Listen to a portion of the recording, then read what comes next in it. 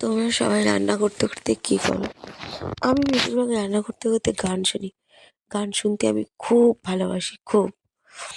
তো এখন বিশেষ করে আমি গান শুনি জুবিন গার্গের। জুবিন গার্গের গান আগেও শুনতাম, কিন্তু তখন জুবিন গার্গকে আমি চিনতাম না। এটাই আফসোস যে যখন উনি বেঁচে ছিলেন তখন ওনাকে চিনতাম না। সত্যি উনি খুব ভালো মানুষ ছিলেন। ওনার জন্য খুব আফসোস হয়।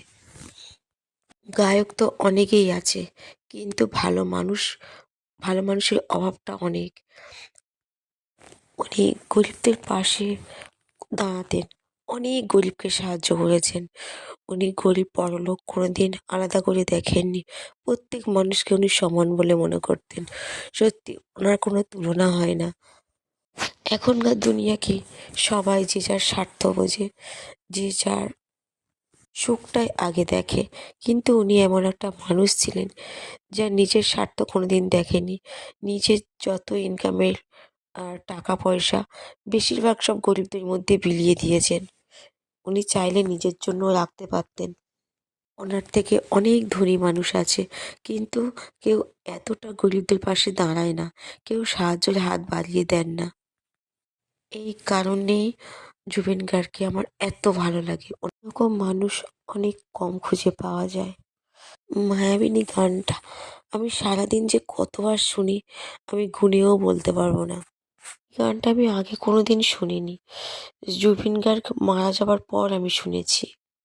যাই হোক, সে তো আর ফিরে আসবে না। তার গানগুলোই থেকে থাকবে স্মৃতি হিসাবে।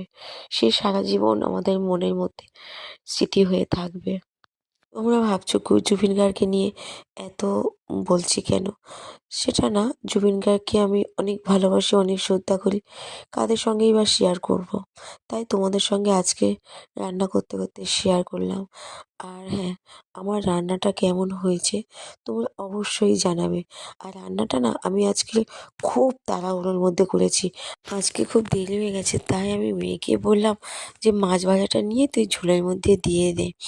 তো আমার মেয়ে কীভাবে মাছ ভাজাটা ঝোলের মধ্যে দিল তোমরা দেখলেই বুঝতে পারবে।